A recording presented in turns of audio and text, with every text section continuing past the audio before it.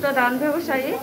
ওনার বড়চনা বাজারের দক্ষিণ পাশে ওনার একটি ধানের স্টোর রয়েছে। উনি দীর্ঘদিন যাবৎ বড়চনা ধানের ব্যবসা করে। উনি খুবই ভালো মানুষ, সবাই বলে।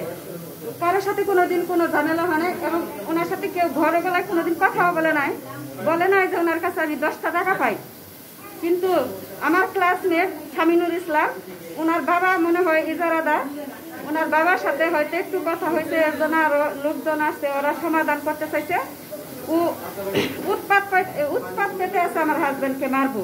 ও সবাইকে 2 ঘন্টার মধ্যে জড়ো করে তারপরে আমার বাসার সামনে, এবং কি আমার যে বাসা থেকে বের হওয়ার যে গলি ওখানে দাঁড়াই আছে। আমি ডাক্তারের কাছ থেকে আসার সময় আমি দেখে গেছি। আমি বাসায় যাই অসুস্থ, আমি শুয়ে রয়েছি, তখন সবাই আমাকে ডাকাডাকি করছে, তো তোমার হাজবেন্ডকে সবাই মেরে ফেললো, তুমি কোথায়? পরে আইসা দেখি উনি খুবই অসুস্থ। ওনার মাথায় যে জখম, বড় বড় জখম, তারপরে পায়ে পাড়া দিয়ে রক্ত বের করে ফেলেছে, পিঠে বুকে অসংখ্য ঘুষির চিহ্ন, এবং উনি আগে থেকে অসুস্থ। ওনাকে চিকিৎসা করা হচ্ছে, ট্রিটমেন্ট দেওয়া হচ্ছে ঢাকায়। ওনাকে কেন এভাবে মারলো, আমি এটা সুষ্ঠু বিচার চাই। আচ্ছা, কি পরিমাণ টাকা পয়সা নিচ্ছে ওরা? ওনার পকেটে কমপক্ষে সবসময় 2 লাখ 2.5 লাখ করে টাকা থাকে। উনি আজকে হাটের দিন 5 লক্ষ টাকা নিয়ে বের হয়েছে উনি দুপুর বেলায়, কিন্তু ওনার পকেটে 1 টাকাও নাই। বাজারের সবাই এখানে যে যারা ছিল সবাই সাক্ষী দিছে, ওনার পকেটে সব টাকা পয়সা ওনারা নিয়ে গেছে। ইজারাদার হচ্ছে নূরজামাল। উনি ইজারাদার, উনি বুঝবে ওনার সাথে, কিন্তু ওনার ছেলে কেন আসলো আমার হাজবেন্ডকে মারার জন্য? আমি এটা সুষ্ঠু বিচার চাই। আমার মনে করেন 5-7 জনে ঘরে ধরে টাইনা নিয়ে মারছি। আচ্ছা, আপনার নাম কি? আব্দুল হামিদ। আব্দুল হামিদ, আপনি কি করেন? কোথায় বাড়ি আপনার? আমার বাড়ি আসছিল বরগা। এখন কোথায়? এখন আমি বড়চনাই গ্রাম ব্যাংকের পাশে বাসা বাড়ি করছি। এখানে বোঠারো, এখানে মনে করুন 24 বছর ধরে থাকতেছি। মানে বড়চনায় থাকেন 24 বছর ধরে? ব্যবসা বাণিজ্য করতে বাসাও করছি। ওর আজকে কি হয়েছে? আজকে মনে করুন ধানের খাজনা নিয়ে ওরা বলছে যে খাজনা দিন। আমি আঠে তো ধান কিনি। ওরা বলতে কে? নূরজামাল। নূরজামাল বলছে যে খাজনা দিন। আমি তাঠে ধান কিনি নাই। হ্যাঁ কয় না, 600 টাকা খারাপ না দিয়ে লাগবে, নইলে আপনি আমার খাতা দেন। আমি যদি আপনার খাতা দেন না, পরে তর্ক বিতর্ক করে গেছে গা। পরে হাড়ে যে মেন ই তার ফোন করে আনছি, হেন যাই বইছি, বইয়া তার কথাবার্তা কইতাছি। ওরা নূরজামালের ছেলে আইয়া আমারে, ছেলের নাম কি? শামিনুর। ওরা 2 জন আমারে ধরছি।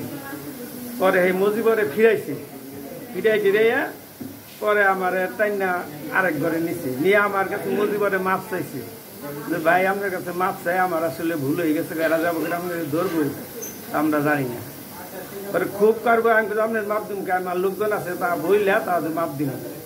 এই ধরুন আমার পকেটে 25 টাকা পেহাড়ি যদি নিয়ে গেছে গা। তারপরে কোথাও আসি।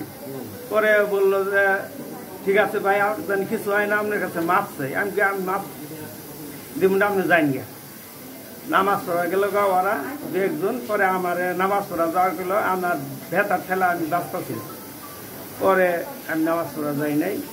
তারপরে মজিবরে আমার হাত ছাড়ে না তো ছাড়েই না। আপনি আমার মাফ করে দিন, আপনার দাওয়াইয়ে দরবার গেছে, এটার জন্য মাফ করে দিন। আমি মুস্তফারে কইলাম যে মুস্তফা যারা করে করুক, আমার বিয়াই। পরে মুস্তফা মনে করুন যে কয়টা পরে কবনি। পরে আমি যাই গেছে বিয়াই, পরে হ্যাঁ গেছে গা মজিবর বিয়াই। যাওয়ার পরে ওরা 7-8 জন জড়া হইল। আমি তখন আমার ঘরে বসে আছি। পরে আসলে নামাজ তৈরি আইছে, আইলে ঘরে আরো কয়েকজন জড়াইয়া আমার ঘর তনে টাইনা বাইকে নিয়ে তারপরে মারল। কে মারধর করছে? এই যে এখানে মারছে, তারপরে এই যে ঘুষাইছে, এই যে পাড়াইছে, তার বুকের মধ্যে ঘুষি দিচ্ছে কয়েকটা। মনে করুন যে ঘুষির অভাব নাই, তাহলে দাহা মেরে ফালাই দিছিল। টাকা পয়সা নিছে? টাকা পয়সা নিছে। কি পরিমাণ? মনে হয় 2,20,000 টাকা ছিল।